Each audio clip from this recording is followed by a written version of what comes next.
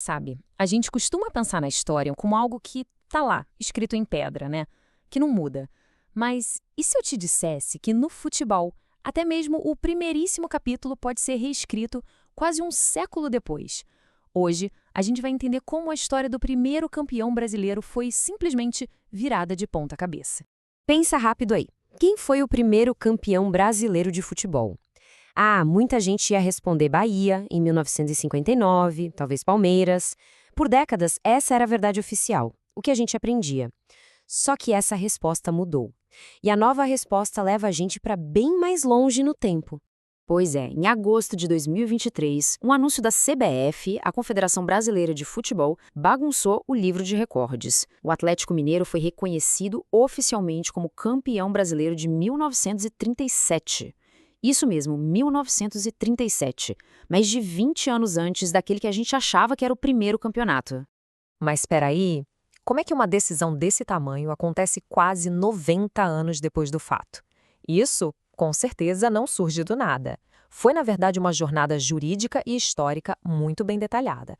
Vamos entender que caminho foi esse que levou a esse reconhecimento. Bom, essa história toda mais recente começou lá em 2021. Foi quando o Atlético Mineiro mandou para a CBF um dossiê super completo. E não era só um pedido, não, era quase uma tese, cheia de documentos e argumentos. Aí foram 2 anos de análise lá nos bastidores da Confederação, avaliando tudo, até que em 2023 veio o veredito. Sim, o título de 1937 era, de fato, o primeiro campeonato brasileiro. E para a gente entender por que esse título de 37 é legítimo, a gente precisa voltar para uma época em que o futebol brasileiro vivia uma verdadeira guerra. E não era só dentro de campo, não. A grande chave para entender tudo isso é a briga entre o profissionalismo e o amadorismo. O ponto central do argumento do Atlético foi basicamente este. Lá nos anos 30, o futebol de elite estava se profissionalizando, e os clubes que toparam essa modernização criaram a própria entidade, a FBF. Enquanto isso, a antiga CBD, que depois virou a CBF, ficou para trás, cuidando do futebol amador. Então a pergunta era: quem tinha a moral e a legitimidade para organizar um torneio nacional de verdade? Ora, a FBF, a entidade dos clubes profissionais. E foi esse o argumento que a CBF aceitou. E o mais interessante é que isso não é uma reinterpretação forçada, sabe? Não é que estão inventando isso agora. A própria imprensa daquela época já tratava o torneio como um evento gigante, um verdadeiro campeonato nacional. Essa manchete de 1937 é bem clara: campeão brasileiro. A percepção da importância do título já existia ali, no calor do momento. E olha só a prova, o documento mesmo. Essa capa do jornal Estado de Minas de 1937 não deixa a menor dúvida.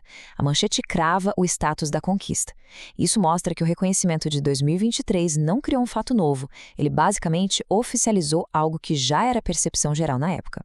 Ok, a gente já entendeu toda a parte legal, a legitimidade da coisa, mas e o campeonato em si? Como é que foi essa competição que agora entrou para a história como o primeiro Brasileirão? A competição foi batizada de Torneio dos Campeões, e o nome já diz tudo. Reuniu a nata do futebol brasileiro. Não era um torneio qualquer, não. Tinha o Fluminense, campeão carioca, a Portuguesa, campeão paulista, o próprio Atlético, campeão mineiro, e ainda representantes do Espírito Santo e de Campos. Era, de fato, uma disputa entre os melhores do país. Então você tinha ali potências regionais se enfrentando, times que já carregavam grandes tradições como o Atlético Mineiro e o Fluminense. A briga entre eles, inclusive, foi direta pelo título na fase final. E o formato do torneio foi pensado assim: primeiro, uma fase preliminar para eliminar alguns times e depois o clímax, um quadrangular final com os 4 melhores se enfrentando para decidir de vez quem seria o grande campeão do Brasil. E nessa fase decisiva, olha, o Atlético Mineiro foi avassalador. Foram 4 vitórias em 6 jogos, uma campanha muito consistente.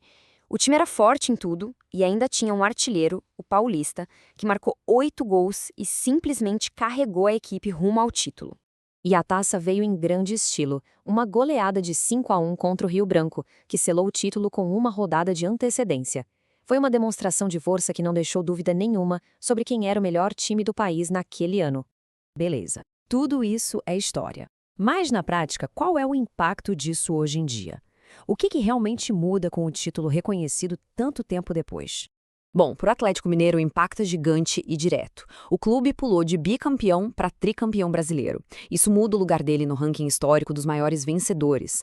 É um salto de status que foi conquistado nos escritórios, sim, mas com base em uma glória que aconteceu lá no passado, dentro de campo. Só que o impacto vai muito além de um clube só. O que mudou foi o marco zero do Campeonato Brasileiro. Aquele título de 1937 não é mais uma curiosidade histórica, um asterisco no livro. Agora, ele é oficialmente o capítulo de abertura da nossa principal competição. A linha do tempo que a gente conhecia foi redesenhada. E essa história toda deixa uma reflexão no ar. Essa decisão da CBF, baseada em um processo e em documentos, mostra que o passado talvez não seja tão imutável quanto a gente pensa. E isso abre uma porta para a gente se perguntar: quantas outras conquistas em tantos outros esportes não estão por aí esperando uma reavaliação que pode, a qualquer momento, reescrever tudo que a gente achava que sabia? A história, pelo visto, está sempre em jogo.